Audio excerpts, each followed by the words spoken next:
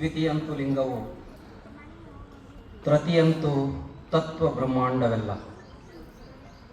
ಅಕಳಂಕ ಗುಣನಿಧಿ ಚಿದಾನಂದ ಬಸವಂಗೆ ಭಕುತನಾದೆನೈ ಗುರುವೇ ಯೋಗಿನಾಥ. ಜಗತ್ತಿನ ದಾರ್ಶನಿಕರನ್ನು ಕರ್ನಾಟಕ ರಾಜ್ಯದ ಸಾಂಸ್ಕೃತಿಕ ನಾಯಕ ಬಸವಣ್ಣನವರನ್ನು ಹೃದಯ ಮಂದಿರದಲ್ಲಿ ಸ್ಮರಿಸಿಕೊಂಡು ಅರಿಹಂತ ಪ್ರಾಥಮಿಕ ಶಾಲೆಯ ವಾರ್ಷಿಕ ಕ್ರೀಡಾ ಚಟುವಟಿಕೆಗಳ ಉದ್ಘಾಟನಾ ಕಾರ್ಯಕ್ರಮದ ಸಹ ಅತಿಥಿಗಳಾಗಿ ಆಗಮಿಸಿರುವ ಶಿಕ್ಷಣ ತಜ್ಞರು, ಸರ್ವೋದಯ ಶಿಕ್ಷಣ ಸಮೂಹದ ಮುಖಂಡರು ಆದಂಥ ರೇವಣಸಿದ್ದ ಪೂಜಾರಿ ಸರ್ ಅವರೇ, ಇನ್ನೊಬ್ಬ ವಿಶೇಷವಾದ ಅತಿಥಿಗಳಾಗಿರುವ ನಮ್ಮೆಲ್ಲರಿಗೂ ರೋಲ್ ಮಾಡೆಲ್ ಅಥವಾ ಮಾದರಿಯಾಗಿರುವಂಥ ರಮೇಶ್ ಬಲ್ಲಿದವರಿಗೂ, ಈ ಶಿಕ್ಷಣ ಸಂಸ್ಥೆಯ ಕ್ರಿಯಾಶೀಲ ಮುಖಂಡರಾಗಿರುವಂಥ ಸಂಗಮೇಶ್ ಬಾಬಣ್ಣವರವರಿಗೂ, ಹಿರಿಯರಾದಂಥ ಮಾಳಗಿ ಸರ್ ಅವರಿಗೂ, ಶಿಕ್ಷಕ ವೃಂದದವರಿಗೂ ಹಾಗೂ ಮುದ್ದು ಮಕ್ಕಳಿಗೂ ಕೈ ಮುಗಿದು ತಲೆಬಾಗಿ ಶರಣು ಶರಣಾರ್ಥಿ.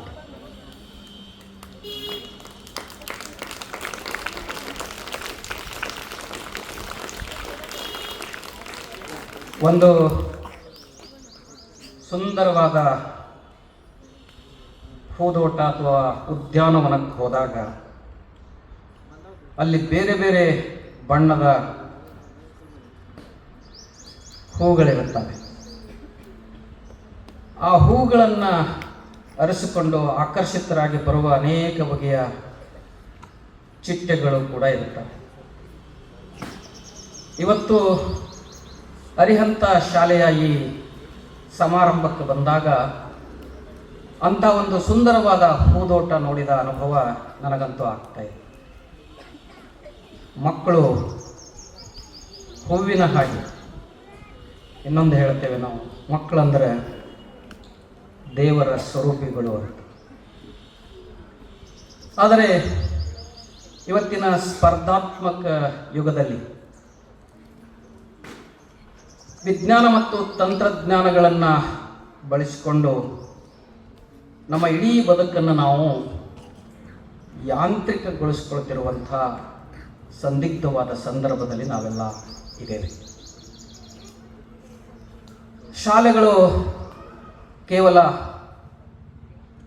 ನಿರ್ಧಾರಿತ ಪಠ್ಯವನ್ನು ಬೋಧಿಸುವ ಕೆಲಸವನ್ನು ಮಾತ್ರ ಮಾಡ್ತಾ ಇರುವಂತಹ ಈ ಸಂದರ್ಭದಲ್ಲಿ ಒಂದು ಶಾಲೆಯಲ್ಲಿ ಪಠ್ಯದ ಜೊತೆಗೆ ಪಠ್ಯೇತರ ಚಟುವಟಿಕೆಗಳು ಕೂಡ ನಮ್ಮ ಮಕ್ಕಳ ಸರ್ವಾಂಗೀಣ ಬೆಳವಣಿಗೆಗೆ ಮತ್ತು ವ್ಯಕ್ತಿತ್ವ ವಿಕಸನಕ್ಕೆ ಹಾಗೆ ಮುಖ್ಯ ಅನ್ನೋದು ಸಂಗಮೇಶ್ ಅವರು ಭಾಳ ಚೆನ್ನಾಗಿ ತಿಳ್ಕೊಂಡಿರುವ ಕಾರಣದಿಂದ ಇವತ್ತು ಮಕ್ಕಳಿಗೆ ಕ್ರೀಡಾ ಚಟುವಟಿಕೆಗಳ ಒಂದು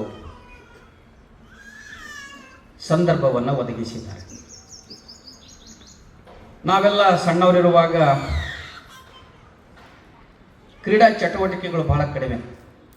ಹಳ್ಳಿಗಾಡಿನಲ್ಲಿ ದಿನನಿತ್ಯದ ಬದುಕಿನಲ್ಲಿ ನಾವೆಲ್ಲ ಅನೇಕ ಜನಪದೀಯ ಕ್ರೀಡೆಗಳನ್ನು ಆಡಿಕೊಂಡು ಬೆಳೆದವರು. ಮಕ್ಕಳಿಗೆ ಹಾಗೆ ಮಾನಸಿಕ ಆರೋಗ್ಯ ಮುಖ್ಯನೋ ದೈಹಿಕ ಆರೋಗ್ಯ ಕೂಡ ಅಷ್ಟೇ ಮಹತ್ವ. ಇವತ್ತಿನ ಎಲ್ಲ ಪಾಲಕರು ತಮ್ಮ ಮಕ್ಕಳನ್ನು ಆಟಕ್ಕೆ ಕಳಿಸೋದೇ ಬಹಳ ಅಪರೂಪದ ಸಂಗತಿಯಾಗಿದೆ. ಯಾವತ್ತು ನೋಡ್ರು ಆವಾಗ ಪೇರೆಂಟ್ಸು ಧಾರಾವಾಹಿ ನೋಡ್ತಾ ಇರ್ತಾರೆ, ಮಕ್ಕಳನ್ನು ಹೋಮ್ವರ್ಕ್ ಮಾಡು ಅಂತ ಒತ್ತಡವನ್ನು ಹೇರತಕ್ಕಂಥ ಕಾಲಘಟ್ಟ. ಅದರ ಜೊತೆಗೆ ಟಿ ವಿಗಳಲ್ಲಿ ಬರ್ತಕ್ಕಂಥ ಈ ಅನೇಕ ಕಾರ್ಟೂನ್ ಶೋಗಳು ಆ ಗಿಳಿಗೂ ಕೂಡ ಮಕ್ಕಳು ಇವತ್ತು ಬಿದ್ದಿದ್ದಾರೆ. ಕನಿಷ್ಠ ಒಂದು ದಿನದಲ್ಲಿ ಮಕ್ಕಳು ಒಂದು 2-3 ಗಂಟೆ ಆದರೂ ಹೊರಗಡೆ ಹೋಗಿ ಆಟಗಳನ್ನು ಆಡುವಂಥ ಒಂದು ಅಭ್ಯಾಸ ಬೆಳೆಸ್ಕೊಂಡ್ರೆ ಅವರ ದೈಹಿಕ ಆರೋಗ್ಯದ ಜೊತೆಗೆ ಮಾನಸಿಕ ಆರೋಗ್ಯ ಕೂಡ ವೃದ್ಧಿ ಆಗ್ತದೆ ಅನ್ನುವಂಥದ್ದು ಬಹಳ ಮಹತ್ವದ ವಿಷಯ ಅನ್ನೋದು ನಮ್ಮ ಪಾಲಕರು ಇವತ್ತು ಮರೆತ ಹಾಗಿದೆ. ಯಾಕಂದರೆ ಇವತ್ತಿನ ಬದುಕೆ ಅಷ್ಟೊಂದು ಯಾಂತ್ರಿಕವಾದದ್ದು. ಸಮಯವನ್ನು ಯಾವ್ಯಾವುದಕ್ಕೂ ಕೊಡಬೇಕು ಅದಕ್ಕೆ ಕೊಡದೇನೆ ನಾವು ಇನ್ಯಾವುದಕ್ಕೂ ಕೊಡಬಾರದು ಅದಕ್ಕೆ ಕೊಡ್ತಕ್ಕಂಥ ಸಂದರ್ಭದಲ್ಲಿದೆ. ಇಂತಹ ಸಂದರ್ಭದಲ್ಲಿ ಶಾಲೆಗಳ ಜವಾಬ್ದಾರಿ ವರ್ಷಕ್ಕೊಂದು ಸಲ ಟೈಮ್ ಟೇಬಲ್ ಪ್ರಕಾರ ಅಥವಾ ಕ್ಯಾಲೆಂಡರ್ ಆಫ್ ಇವೆಂಟ್ಸ್ ಪ್ರಕಾರ ಒಂದು ಫಾರ್ಮಾಲಿಟೀಸ್ಗೆ ಸ್ಪೋರ್ಟ್ಸ್ ಮೀಟನ್ನು ಮಾಡಿ ಆ ಫಾರ್ಮಾಲಿಟೀಸನ್ನು ಮುಗಿಸುವಂಥ ಕಾರ್ಯಗಳಾಗ್ತವೆ. ಸಂಗಮೇಶ್ ಅವರಿಗೆ ನನ್ನ ಒಂದು ಸಿನ್ಸಿಯರ್ ಮನವಿ ಏನು ಅಂದರೆ, ವಾರದಲ್ಲಿ ಒಂದು ದಿವಸ ಅಥವಾ ದಿನಕ್ಕೆ ಅಟ್ಲೀಸ್ಟ್ 1 ಗಂಟೆ ಆದರೂ ಮಕ್ಕಳಿಗೆ ಆಟದ ಒಂದು ಅವಧಿಯನ್ನು ನಿರ್ಧಾರ ಮಾಡೋಕ್ಕೆ ಸಾಧ್ಯ ಆದರೆ, ಈಗೆಲ್ಲ ಕೋಚಿಂಗ್ ಬೇಸ್ಡ್ ಸ್ಪರ್ಧಾತ್ಮಕವಾದಂಥ ಕಾಲಘಟ್ಟದಲ್ಲಿರೋದರಿಂದ ಸಮಯ ಯಾವುದಕ್ಕೂ ವ್ಯರ್ಥ ಮಾಡಬಾರ್ದು ಅನ್ನುವ ವಿಚಾರ ಲಹರಿಯನ್ನು ನಾವು ಅಳವಡಿಸಿಕೊಂಡಿದ್ದೇವೆ.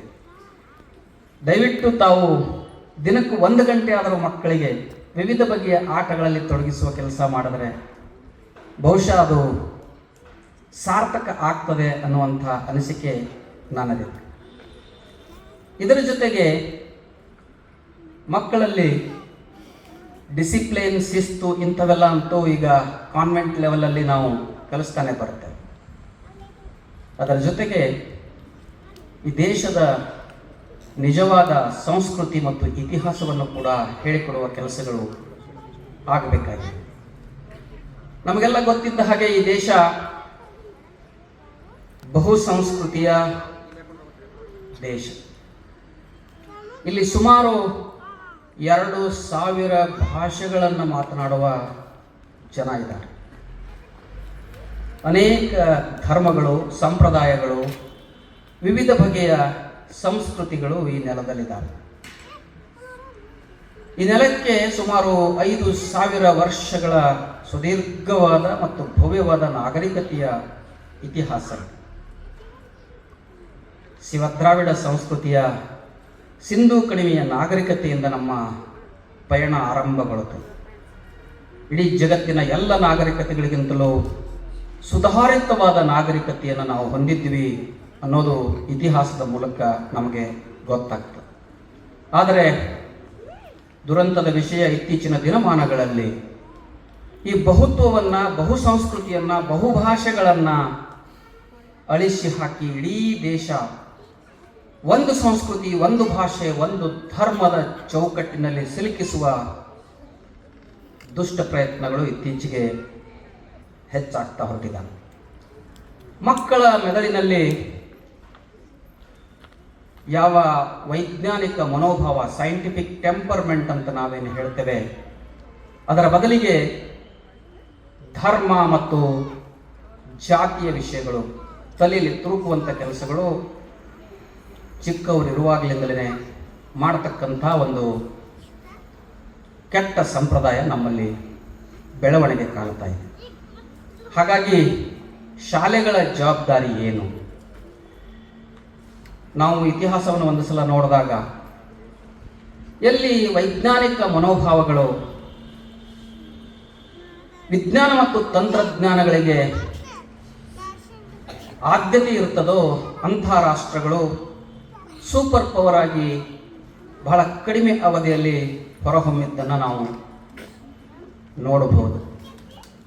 ಯಾವ ಸೈಂಟಿಫಿಕ್ ಟೆಂಪರ್ಮೆಂಟ್ ಅಥವಾ ವೈಜ್ಞಾನಿಕ ಮನೋಭಾವ ನಾವು ಮಕ್ಕಳಲ್ಲಿ ಬೆಳೆಸೋದಿಲ್ವೋ ಆ ಮಕ್ಕಳು ಮುಂದಿನ ದಿನಮಾನಗಳಲ್ಲಿ ಈ ದೇಶದ ನಾಯಕತ್ವವನ್ನು ತೆಗೆದುಕೊಂಡಾಗ ವಿಜ್ಞಾನವನ್ನು ಒಂದು ಸಲ ಕಡೆಗಣಿಸೋಕೆ ಶುರು ಮಾಡಿ ಧರ್ಮಗಳು ಆ ಜಾಗವನ್ನು ಆವರಿಸ್ತಾ ಹೋದಾಗ ದೇಶದ ಅಧಪತನ ತಂತಾನೆ ಆರಂಭ ಆಗ್ತದೆ. ಈ ದೇಶವನ್ನು ಸೋಲಿಸಲು, ನಾಶ ಮಾಡಲು ಹೊರಗಿನ ವೈರಿಗಳ ಅಗತ್ಯ ಆವಾಗ ಬೀಳೋದೇ ಇಲ್ಲ. ಹಾಗಾಗಿ ಶಾಲೆಗಳ ಜವಾಬ್ದಾರಿ ವೈಜ್ಞಾನಿಕ ಚಿಂತನೆಗಳನ್ನು ಮಕ್ಕಳಲ್ಲಿ ಬೆಳೆಸುವಂಥದ್ದು. ಬಹುಶಃ ಆ ದಿಸೆಯಲ್ಲಿ ಸಂಗಮೇಶ್ ಅವರು ಕೆಲಸ ಮಾಡ್ತಿದ್ದಾರೆ ಅನ್ನುವ ಭರವಸೆಯನ್ನು ಕೂಡ ನಾನು ಹೊಂದಿದ್ದೇನೆ. ನಿನ್ನೆ ಅಷ್ಟೇ ಅವರ ಪರಿಚಯ ಆಗಿತ್ತು ನನಗೆ. ನಾನು ಸಾಮಾನ್ಯವಾಗಿ ಬಸವ ತತ್ವದ ಉಪನ್ಯಾಸಗಳನ್ನು ಮಾಡೋದಕ್ಕೆ ವಿಶ್ವವಿದ್ಯಾಲಯ ಮಟ್ಟದಲ್ಲಿ ವಿಚಾರ ಸಂಕಿರಣಗಳಲ್ಲಿ ಹೋಗ್ತೇನೆ. ಇದು ನನ್ನ ಮೊಟ್ಟ ಮೊದಲ ಅನುಭವ. ಶಾಲೆಯಲ್ಲಿ ಚಿಕ್ಕ ಮಕ್ಕಳ ಜೊತೆಗೆ ಮಾತನಾಡುವಂಥ ಒಂದು ಹೊಸ ಅನುಭವವನ್ನು ಅವರು ನನಗೆ ಅವಕಾಶವನ್ನು ಮಾಡಿಕೊಟ್ಟಿದ್ದಾರೆ. ಮುಂದಿನ ದಿನಮಾನಗಳಲ್ಲಿ ಈ ಶಾಲೆ ಜೊತೆ ನನ್ನ ಒಡನಾಟ ಮುಂದುವರಿತದೆ.